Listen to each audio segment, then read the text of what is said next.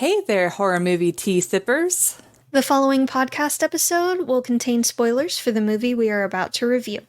If you have not seen the movie and do not wish to have anything ruined prematurely, please do not continue to watch or listen until you have seen the movie.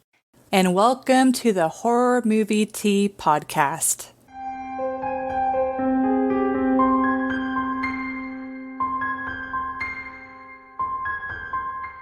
Today we are covering Prey, the pretty recent 2022 Predator movie. Yes.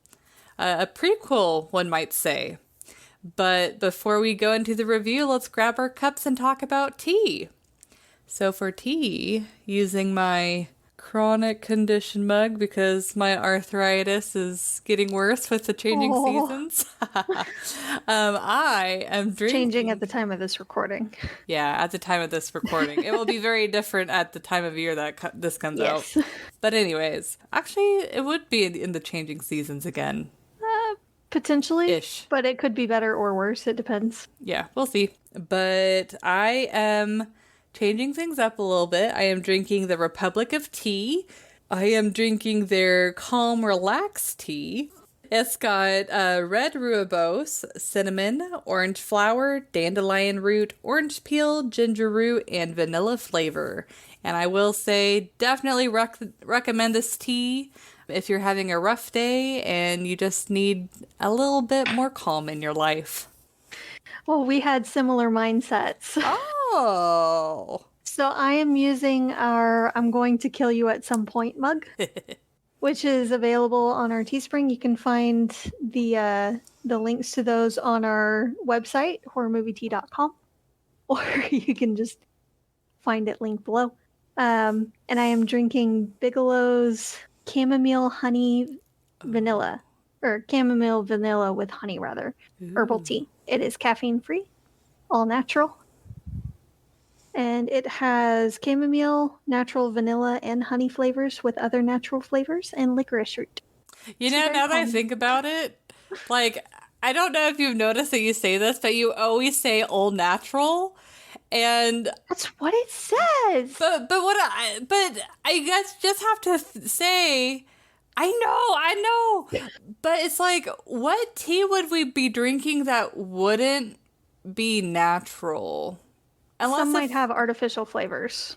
That's true, but I don't think we've ever had a tea on the show that's had artificial flavors. Well, you and I are picky like that, but... I mean, I don't care. I don't have anything against artificial flavors, but... anyways, it just so happens that what we pick... But it's like, are there teas with artificial flavors? Because that's I'm pretty sure there are some. Yeah, but they could coat certain things in artificial flavor. Okay. So. I'll have to look at that. But anyways. But for our lovely tea sippers out there, brew yourself a cup of tea, sit back, relax, and we hope you enjoy the review. I really wanted to say the Plum Deluxe thing, but I'm like, oh yeah, we're not drinking a Plum Deluxe tea. It's a rare occasion when we don't. Yes. But for the summary, credit to IMDb.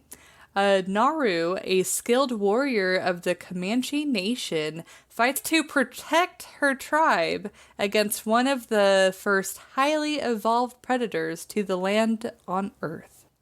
It's like when the U.S. is first being settled by, French and English settlers.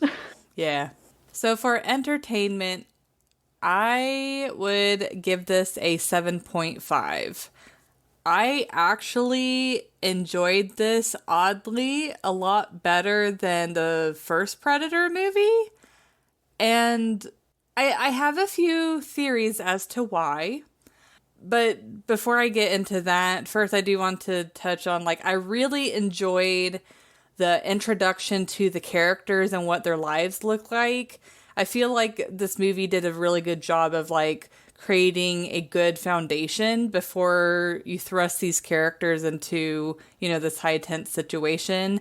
And it was very refreshing that for once, Native Americans are portrayed not in a savage light or a like the hero native light, but just as a person with like, you know, full-fledged feelings and full-fledged lives, like And the people. community, like their actual heritage and community.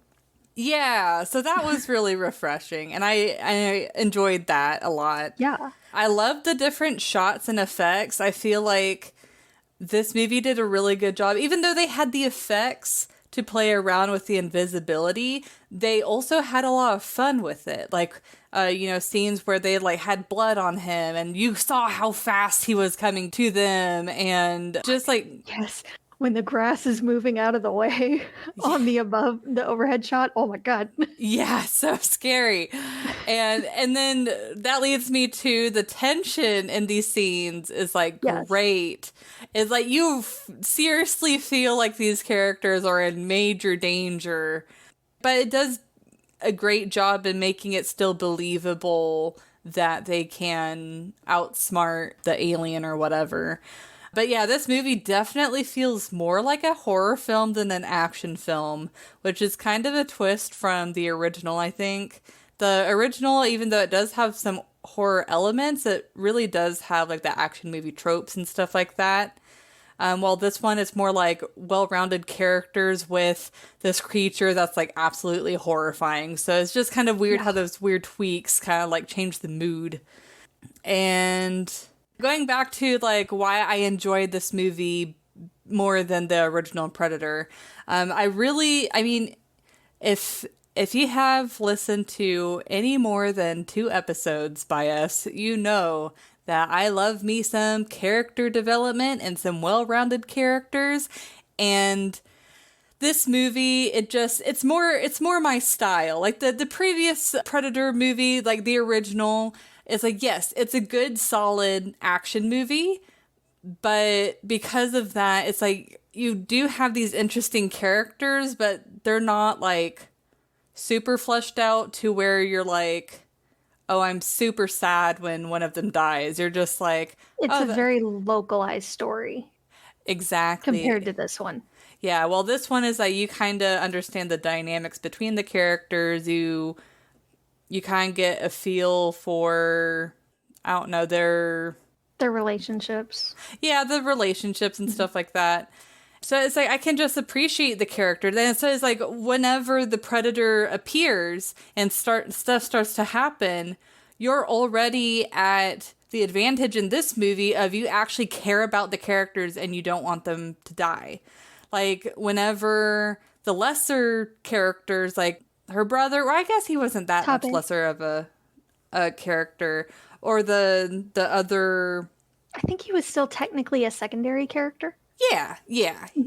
But or like the other hunters is Yeah. just kind of like there's just a little bit more weight to it than with the other movie.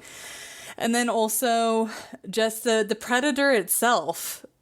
It's like, yeah, and the original movie is pretty scary and pretty threatening, but I don't know, something about this movie, I feel like it's the way that they portray him. It just felt more dangerous. I don't know how to describe it, but it just felt that way. I mean, you can't get much more dangerous than watching the thing, even when he's stealthed, fight a bear with, Yeah. That's with true. basically nothing.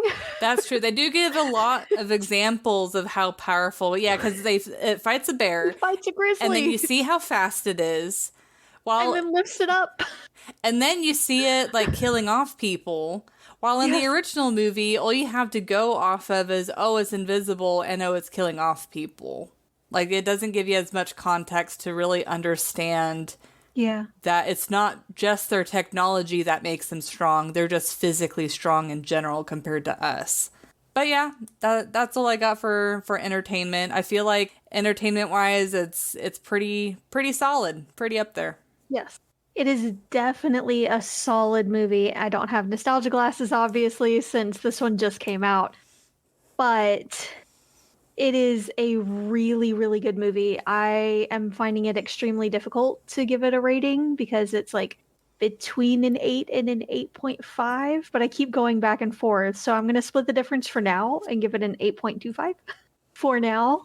The more I watch it, though, the more I love it and the more I get out of it. So this one, like a couple others in the past, has the potential of going up as well. From all of the Predator movies, I would probably still grab the first one first. Again, mostly nostalgia. But this one would be a very close second. And to be able to watch them like back to back is ideal. Because it's just amazing. And we were saying in the previous episode where we reviewed Predator, it would be really, really great if they showed the Predator less when he was stealth and just showed the environment moving around him and you not being able to really see him. They did that in this movie a few times, and it was terrifying. Yeah. It was everything we could have wanted from it. I wish they did it a little bit more, because there were some scenes where you could still kind of see like what's behind him in the environment kind of offset a little bit. Like just kind of bent, like light bending and all. Like you're looking through a droplet of water. But it was a really cool effect. It was a heck of a lot better than the aged effects of the first movie, for sure. And all around, it was just a bit deeper of a movie. And I think what really helped with that was the fact that it took place in the movie over several days instead of the original movie, which was just over like 2 days. So this one, you got more time with the characters. You got to see their personality when they first started versus where they ended up throughout the movie. Of course, some of them died in the middle. Yeah. But even then, some of them still had growth. Her brother admitted, "You see things that I miss. And you were the reason why I was able to take out that lion, the mountain lion." So he was able to grow and develop and admit that she is better at some things than he let on, and to apologize and to encourage her to not give up. So it was really touching to see a lot of those scenes, and for her to come back with this heaviness of, you know, I just lost some tribes members, I just lost my brother, but I defended the rest of my tribe by taking out this threat. Also, I'm bringing news of another threat of the settlers that are encroaching on our territory, and we need to move so that our tribe is safe. Yeah, like this movie definitely, it actually has character growth, while the original, it's like Arnold's being Arnold, where it's like he's already badass and he defeats it. You just see him being more badass. And then the movie's over. Yeah, it's like you don't really feel like there's any sort of character growth. While this is like you're on the journey with her, like you're watching her struggle and then overcome. And yeah, it definitely gives you a lot more satisfying of an end. Yeah, and she's portrayed in the beginning also as kind of an underdog. Yeah. A bit more of a novice. She hasn't really gone on any hunts before, not any formal hunts. She hasn't taken the rite of passage yet for hunters, and a lot of the tribe's members are acting like she shouldn't be allowed to. Like, she doesn't have what it takes to be a hunter. She should just be a gatherer and forager like most of the other women, and they try to keep her down. So she is portrayed more as the underdog or the padfoot. So it's nice to see her skills improve as well as the movie progresses. Yeah. So, and she is very creative and inventive, and it's great to see it. And the dog lives. Yes. This is one of the few movies that I don't have to take off points for the tragic and awful and unwarranted dog death. They do kill off a coyote, which makes me kind of sad. But there's some revenge there, at least a little bit, when the skull is used against the predator. Yeah. So it serves him right. Rude. Yeah, there are some pretty badass moments. Yes, and they actually use Native American descended cast members in this one. They didn't go out on the street and grab random people or big actors and actresses just because their face would be recognizable. They went and found people of this heritage so they could be properly portrayed. And that is awesome. Yeah. Yeah. And super appreciated. Yeah. It definitely like it you feel a sense, it feels a lot more genuine. It does. It does. And while she is kind of a novice in some situations, she has great knowledge of other things like their medicines and tracking. And again, she grows in the other areas where she kind of lacks at the beginning. But she's smart. She makes most of the time. She mostly makes intelligent decisions. And there's only a few that you're like, could have done a little better there. But that helps it feel more real as well. Yes, and more the characters relatable. Aren't being dumb.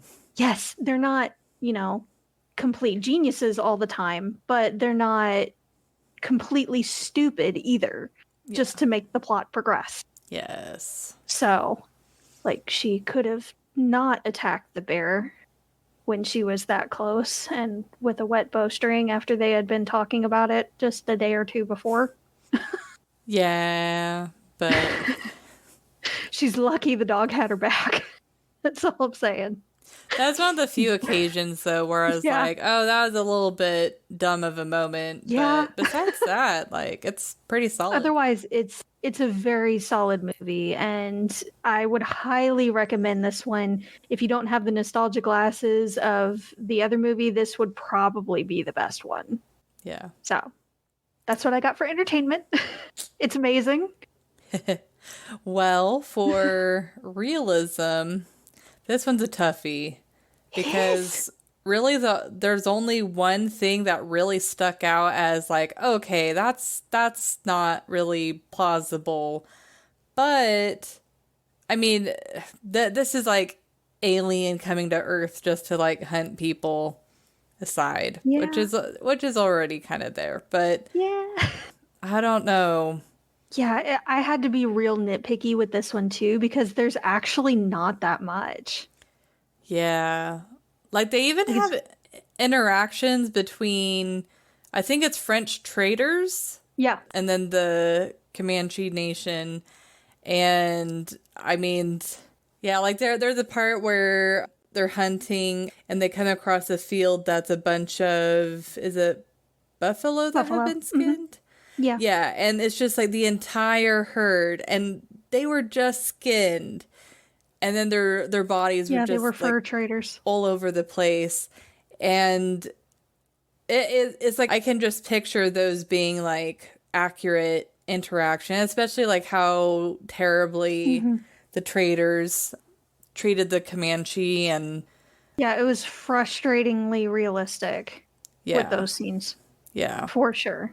Yeah, I'm kind of dancing between a 5.5 and a 6.5. Or even a 7. Like, I know, it's really hard. I'm leaning towards a 6.5, to be perfectly honest, which is one of the highest that I've ever given. Yeah, like on this podcast. Like since really the only two things I can, there's only 2 points I can think of that make it unrealistic. I think I'm gonna go ahead and jump up to a 7, just because taking into the if it's even plausible. For the predator to be interested in Earth just to hunt is like, that seems a little bit ridiculous, but I mean, I could see it as we're the only one, at least in our solar system, that can support life, so they would go there as a challenge to test their own strength, especially since we have such a variety of life on our planet. You could see him going through the different like food chain basically. Yeah. So I could see that.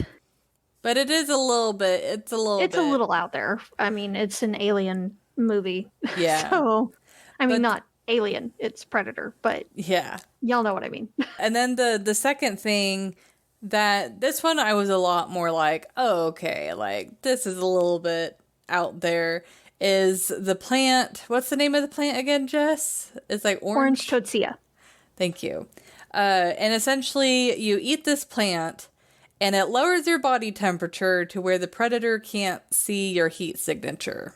Because I think a human body temperature can go down to like 96 or 95 and you can technically still be okay.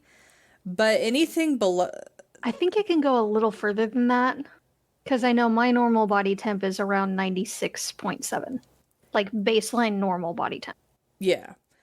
Well, the point is like for the heat signature to not pick up, they would be way below 90 degrees. Mm-hmm. So it's like They'd be ambient temp. Yeah. So it's like first, well, and then the fact that they were blue though, that would show that they'd be below ambient temp, I believe. Well, I'm just saying ambient because that's how everything else was being displayed in the predator's vision. Everything else looked that same bluish color. Okay, I thought it looked... So. Okay. But anyways, so it's like their temperature not only had to become impossibly cold to where they would like not be able to survive, but also that quickly because they just eat it and then almost instantly just... Without going into shock.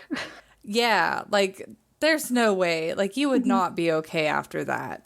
And no symptoms either, apart from just feeling cold. Like, they didn't have stiffness. They weren't shivering or shaking, really. I mean, apart from the guy that was super injured that they were carrying back that had been attacked by a mountain lion. So... yeah, that didn't make sense. No, but really that's all I got. I mean, there's super nitpicky things here and there I could think of, like maybe, Naru not listening to her brother and then, going with the wet bow. But I mean, that's still plausible. It's not like... Oh, it's definitely plausible. That's a sibling thing. That's 100%. 100% spiteful sibling. But yeah, there's really not a whole lot I can think of that sticks out as much as the flower. So that's all I got. Yeah. So I'm going to give it a 6.5. Again, this is an extremely difficult movie to rate. It is one of the most realistic movies we have ever seen, to be perfectly honest. Which is crazy. Like, who would have known? Like, allowing for the Predator and his tech because alien.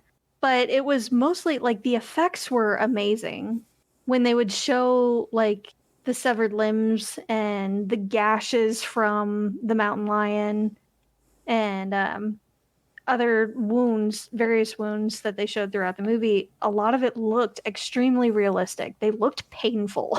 Yeah.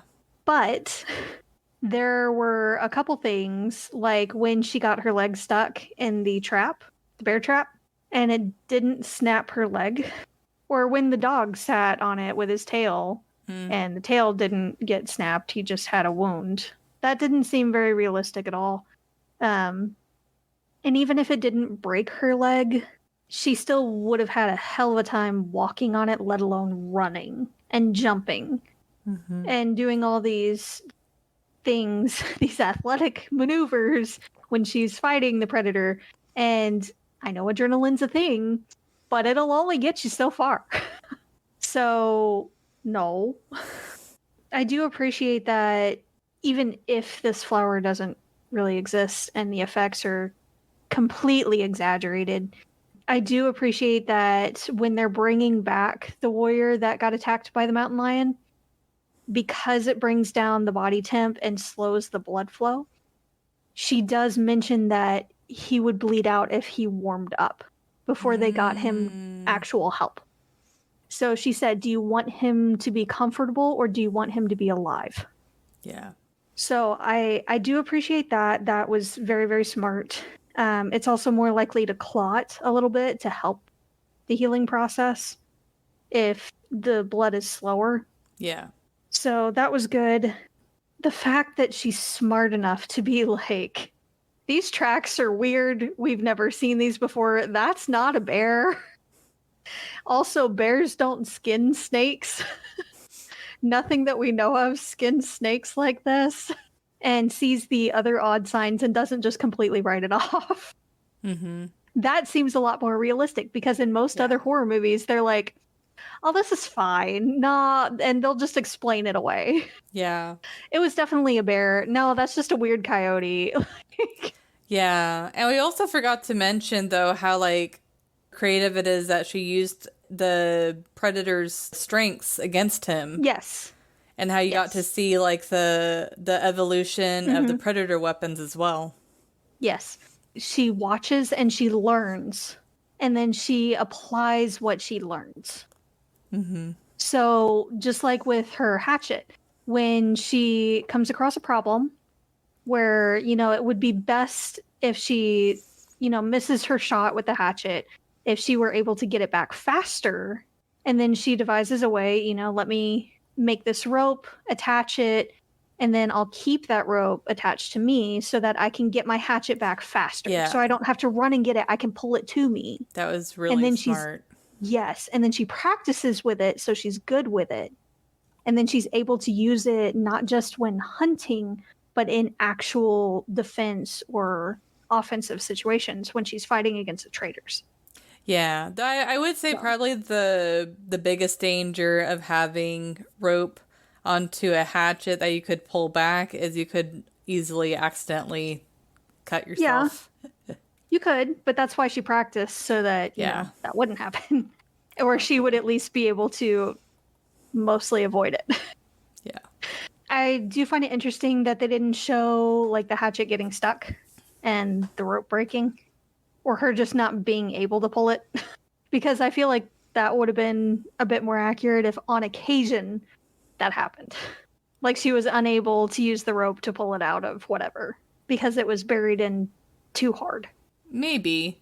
Depending on how you pull it, like if you could make like a seesaw motion, that at least like help leverage it out, I think. Yeah, potentially, but the rope could have also potentially have slid off of the handle.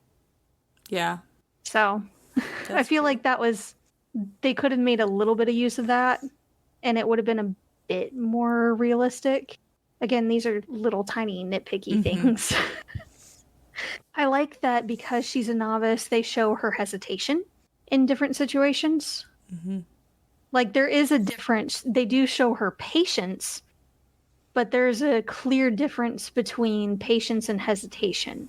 And they do show her using both. So there are times when she really waits to line up the perfect shot, and there are other times when you can tell that she's just frozen and she hesitates when she should have just done the thing. Thrown the spear, shot the bow, whatever. Do the thing. It does get better, her hesitation, and that gets better with her experience. She doesn't really hesitate at the end. And she knows that she can't hesitate because if she does, she's dead. Yeah. And I think that helped her work through it a little bit. Yeah. That and the white settlers, I say white, they're French fur traders, but European. European settlers being extremely wasteful, which I get it. If they're fur traders, their main trade is the fur. That's what they're mainly after. And that is a ton of meat. And there's no way they'd be able to take it all with them. That's hundreds of thousands, like into the thousands of pounds of meat for all of that herd of buffalo. And it's not going to keep that long. It's not going to keep. They're not going to be able to consume all of it. They're not going to be able to take all of it. Like, that's a lot to transport. And they had a few horses, but I don't remember seeing really any carts. If there were, there weren't many. So they were traveling fairly light for the most part. And those carts, if they had them, were probably mostly used for their gear and the furs that they were able to get, which will take up a lot of space. Yeah. So that's one of the reasons why earlier I said it was frustratingly accurate to see that. I feel like they still should have shown at least a couple of buffalo that had some meat missing, because they wouldn't have wasted all of it, I feel like. I think they would have taken at least some of it, if nothing else for that night's meal. Yeah. But otherwise, seeing that was anger-inducing, but also accurate. at the same time. The biggest thing, though, like Alyssa said, was that flower and the effects of said flower not causing shock or hypothermia or or any other effects of, not being able to move very easily, still having all coherent thought. Because when you're super, super, super cold, you can't move very well. Yeah. And I don't know about you guys, maybe it's just me being a Texas girl, but I can't think very well when I'm super cold either. So I feel like that was not very accurate and not realistic, especially the level that they brought the blood temperature to.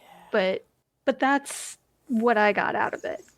So otherwise, again, very realistic movie. You feel very much immersed in it, and it's hard to rate this movie. Yeah, like overall, I definitely think it's worth the watch, and I'd be interested to hear what everyone else thinks about the movie. Absolutely. They did a fantastic job with this one. Mm-hmm. So I can't wait to see what other things potentially come from this. Yeah. But thank you, as always, for joining us today, and comment on what you thought of the movie. If you would like to recommend a movie, game, or tea and keep up to date with our content, you can find us on YouTube, Twitter, Instagram, Facebook, TikTok, and most places you listen to podcasts. And if you'd like to support the podcast, please subscribe, like, and share our content. We also have, again, our Teespring and our website and PayPal donate button if you'd like to support us monetarily. And all of those sites mentioned will be linked below. So until the next time, guys, stay safe and stay spoopy. Bye.